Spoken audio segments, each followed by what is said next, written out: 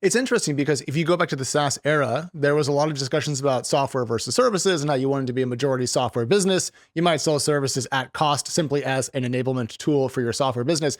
But it really feels like the way you're describing the data race for AI, there is a strong human component in it, at least at the expert level. How does that impact how you price and sell Labelbox services? Because I'm curious how you think about the two different sides of the data factory. Yeah, totally. So it's a fantastic question and observation. So, for first 5 years of our company, we primarily sold SaaS. We basically built the world's leading data labeling platform, and our platform is used by over 30% of Fortune 500 companies. And they kind of, in this context, our customers are bringing their own workforce and operating the entire data labeling operations on our platform.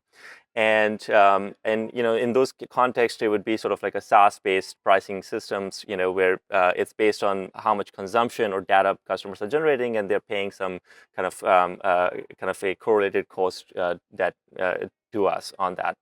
And when we decided to fully verticalize and get into kind of data services business, just over a year ago, we now we are pricing essentially on the data, like how per as example perhaps, and sometimes it's the value that our data is bringing among our customers. So for example, just even Interesting. a couple of weeks ago, we enabled one of the leading AI labs to increase the state-of-the-art performance by 15% on a data set that we created for them, and that could be like valuable, like extremely valuable to that company, in the order of hundreds of millions of dollars of value generated. The models is bumps up in a leaderboard, and they are able to onboard more workloads and things like that.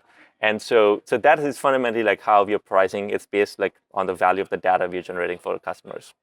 Is it hard to price? Because I feel like value from data is squishy, and you guys, if you're pricing that way, probably want to charge more because you think it's more valuable, and they might want to say, oh, it was only so good. So how do you handle that tension?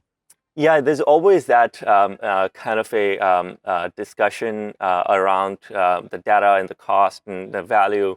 And we are.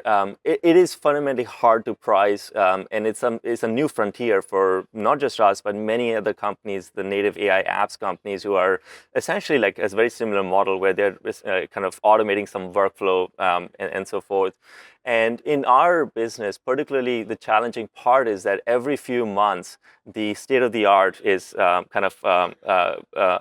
a much higher end.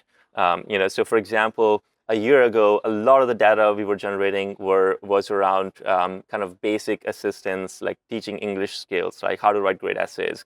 Now we are producing RL environments for these labs to kind of like do this reinforcement learning with verifiable rewards. Very different technical skill set needed, very sophisticated data sets. And ultimately data is actually becoming more costlier. And the reason is that the expertise needed is becoming more kind of more complex or more kind of nuanced. However, with that said, we are proud to be saying that we are actually one of the leading companies, in the sense that, like, when you look at the data and the cost, we are the unmatched in that performance, or the Pareto curve.